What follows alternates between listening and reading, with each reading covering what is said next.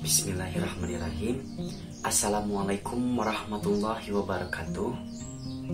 Balik lagi bersama saya Deden Umar Abdul Fattah, NPM 10119078. Saya adalah mahasiswa STEMBI Bandung Business School semester 4. Baik, di video kali ini saya akan mewawancarai salah satu perilaku organisasi di perusahaan tempat saya bekerja. Beliau adalah junior supervisor di departemen maintenance, atau bisa dibilang atasan saya langsung. Video ini dibuat untuk memenuhi tugas pengganti ujian akhir semester dari mata kuliah perilaku organisasi, di mana tugasnya yaitu mewawancarai perilaku organisasi di bidang perusahaan dan di luar perusahaan. Dan sekarang saya sedang melaksanakan tugas wawancara bersama dengan perilaku organisasi di perusahaan terlebih dahulu. Beliau adalah Bapak Husen. Berikut videonya. Baik teman-teman sekalian, sekarang saya sudah bersama dengan Bapak Husen selaku junior supervisor di tempat saya bekerja. Bapak Husen, terima kasih sudah meluangkan waktunya dan sudah bisa membantu saya untuk menyelesaikan tugas akhir saya. Sebelumnya Bapak Husen bisa memperkenalkan diri terlebih dahulu. Oke, perkenalkan, nama saya Husen. Jabatan saya sebagai junior supervisor. Saya bekerja di salah satu pabrik makanan di daerah Sumedang. Khususnya saya di bidang mekanikal, di bidang mekanikal. Kalau lebih jelasnya teknisian servis. Nah, baik, Bapak, seperti yang saya ketahui, Bapak adalah junior supervisor yang memiliki bawahan ya Pak. Ya. Di dalam sebuah organisasi Bapak pasti mempunyai tujuan utama ya Pak. Yang akan saya tanyakan yaitu apa tujuan utama dari organisasi Bapak? Kalau tujuan utama sih tetap mengacu ke tujuan utama perusahaan, yaitu menghasilkan produk-produk yang berkualitas, yang sesuai standar, baik itu standar GMP, ISO, maupun sesuai standar BPOM dan lain-lain. Namun untuk tujuan tim, saya ingin menghasilkan SDM yang berkualitas, yang mempunyai skill, yang mempunyai nilai. Dan dilihat dari tujuan utama, apa planning harian yang biasa Bapak lakukan untuk para anggota Bapak? Kalau untuk planning harian sih, untuk planning perusahaan ya kita sesuaikan dengan planning dari manajemen ya, yaitu yang dikasih dari manajer, terus supervisor, kemudian ke junior supervisor seperti saya, lalu saya bagikan ke tim-tim saya. Kalau untuk planning di tim saya sih, saya mengutamakan kedisiplinan yang nomor satu tetap. Terus kebersihan selalu dijaga. Saya biasakan setiap hari harus ada di dalam checklist. Setiap hari planning di kedisiplin waktu, datang tepat waktu, istirahat tepat waktu, pulang juga tepat waktu. Kemudian untuk skill ya tiap hari kita asah anak buah saya terus diasah skillnya, dari mulai skill mekanikal, elektrikal, saya asah terus. Baik Pak, selain dari skill, hal apa yang Bapak harapkan dari anggota Bapak untuk bisa mencapai tujuan yang diharapkan Pak? Kalau selain skill sih ya attitude yang saya harapkan baik di tim saya. Betul ya Pak, karena attitude harus diterapkan di dalam diri masing-masing ya, dimanapun ya Pak. Karena attitude itu bisa dibilang nomor satu ya Pak. Iya, betul sekali. Lalu selanjutnya di dalam aplikasi teori, di dalam aplikasi motivasi terdapat sebuah poin dari teori hierarki Maslow ya Pak, yang berbunyi bebas dari rasa takut dan ancaman. Seperti yang kita ketahui bahwa di dalam dunia kerja itu sangat rentan akan persaingan dan senioritas ya Pak. Nah, hal apa yang biasa Bapak lakukan untuk menanggulangi rasa takut dan ancaman tersebut Pak? Baik, untuk ancaman itu sendiri tadi kan maksudnya senioritas ya? Iya betul. Untuk senioritas sih ya pasti ada lah, ya setiap perusahaan pasti ada. Cuman untuk saya pribadi mengatasi hal tersebut ya dengan pikirannya ya bodo amat. Mau mereka mau berbuat apapun, mau mereka jahil ke kita misalkan, ya kita bodo amat. Kita tetap tujuan yang utama yang tadi, tetap kita harus fokus ke sana supaya agak terlalu kepikiran, jangan selalu dipikirin kalau misalkan ada senioritas yang seperti itu. Kalau dari saya sih seperti itu. Betul ya Pak. Karena kita itu harus selalu bersikap bodoh amat ya terhadap orang yang seperti itu. Betul. Pertanyaan selanjutnya yaitu, jika ada salah satu anggota Bapak yang memiliki skill di atas rata-rata, apakah Bapak akan mengajukan jabatannya untuk jenjang karir anggota Bapak, atau Bapak akan melakukan apa Pak? Oh ya, baik. Untuk tim saya, kalau misalkan ada yang skillnya di atas rata-rata ya, kalau untuk itu sih tergantung. Pasti kalau seperti itu saya di awal membentuk tim, saya pasti membicarakan hal seperti ini. Jadi untuk nantinya ya kita bicarakan di awal, kita harus berkompetisi. Soalnya nanti di akhir akan ada rewardnya ya berupa mungkin kenaikan jabatan, atau mungkin dari tadinya statusnya kontrak menjadi karyawan tetap, atau misalkan kenaikan gaji. Itu tergantung nanti dibicarakan sesuai negosiasi dengan karyawan tersebut. Begitu. Baik Pak. Pertanyaan selanjutnya, dilihat dari kualitas skill para anggota Bapak atau tim Bapak, seyakin apa Bapak bisa mencapai tujuan yang diharapkan oleh tim Bapak? Iya, oleh tim Bapak. Baik.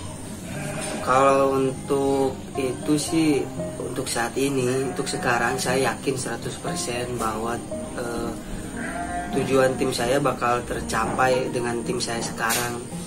Karena saya sudah membentuk tim ini selama 3 tahun, dan udah kelihatan dari mulai skill anak-anaknya, dari mulai kedisiplinannya, semuanya sudah terbentuk. Dan saya yakin tujuan perusahaan atau tujuan tim saya yakin bakalan tercapai. Soalnya untuk saya sih selama target itu selama 5 tahun membentuk sebuah tim yang tadinya pemula. Selama 5 tahun target saya menjadi profesional. Jadi tim saya selama 5 tahun itu harus mencapai apa ya disebutnya, tingkat mungkin ya sebutannya profesional gitulah ya. Karena dari sekarang juga udah kelihatan itu. Sekarang baru 3 tahun gitu. Saya yakin 100%. Harus yakin ya Pak. Iya. Harus memunculkan rasa yakin untuk bisa memotivasi. Iya betul. Iya betul. Baik, untuk pertanyaan berikutnya yaitu, bagaimana sikap Bapak jika Bapak melihat suatu anggota Bapak yang susah diatur Pak? Baik, untuk masalah tersebut, hal yang pertama yang saya lakukan ya menegur. Kalau saya punya prinsip 3 kali menegur. Kalau 3 kali menegur ini orang tidak berubah atau mengabaikan teguran saya, ya mau tidak mau saya keluarin kan. Untuk apa? Soalnya gini, kalau dianalogikan sekarang misalkan Bapak Deden lagi makan ya, lagi makan pakai nasi pakai lauk gitu, tiba-tiba ada kotoran cicak misalkan ada di pinggir. Nah pasti Bapak Deden meskipun di kotoran itu di pinggir, pasti Pak Deden pasti ingin membuang semuanya kan, menganggap bahwa semua nasinya yang ada di piring itu kan jelek. Iya betul. Jadi pasti dikeluarin lah, dibersihin kalau peribahasanya. Itu soalnya ngaruh ke yang lain. Begitu. Iya, betul. Karena akan mempengaruhi juga terhadap anggota lain ya Pak. Iya betul. Baik Bapak Husein, terima kasih, segitu aja. Oke. Pertanyaan yang dapat saya ajukan sangat bermanfaat bagi saya. Mudah-mudahan bisa memotivasi buat teman-teman sekalian yang mungkin kedepannya akan menjadi leader juga seperti Bapak. Amin, ya. Dan bisa menjadi gambaran kedepannya ya Pak. Terima kasih sudah meluangkan waktunya, repot-repot. Pokoknya saya menghaturkan banyak terima kasih buat Bapak Husein. Sama-sama. Ya. Sekian video yang dapat saya sampaikan. Wassalamualaikum warahmatullahi wabarakatuh. Baik teman-teman, terima kasih sudah menonton video pemaparan dari pertanyaan-pertanyaan saya dan dijawab langsung oleh junior supervisor di tempat saya bekerja. Berhubung waktunya tidak atau belum memenuhi dari kriteria yang ditetapkan oleh tugas, maka saya akan membahas mengenai beliau di tempat saya bekerja. Jadi beliau itu saya lupa lagi bekerjanya dari tahun berapa, namun setelah saya masuk ke tempat saya bekerja, yaitu pada tahun 2017, beliau sudah kerja di perusahaan tersebut. Namun jabatannya itu belum menjadi junior supervisor, melainkan sama seperti saya, yaitu karyawan biasa atau general workers. Dan kebetulan di perusahaan tempat saya bekerja itu tidak mengharuskan seseorang berjabat dengan minimal pendidikan rata-rata itu S1 kan. Nah kebetulan di tempat saya bekerja itu tidak, namun ada tes terlebih dahulu. Saya kurang tahu tesnya seperti apa, dan tidak ada persyaratan tentang kuliah atau jabatan, maksudnya gelar. Nah kebetulan beliau dicalonkan atau diajukan kenaikan jabatan oleh manajer, oleh supervisor, lalu diajukan ke manajer, dan manajer mengajukan langsung kepada perusahaan pada tahun 2018. Nah beliau melangsungkan tes di head office, yaitu di Jalan Soekarno-Hatta.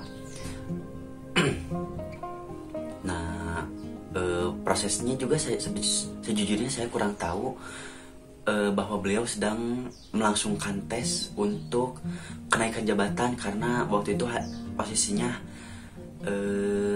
diam-diam saja gitu, nggak ada banyak yang ngomong tentang tes penaikan jabatan beliau.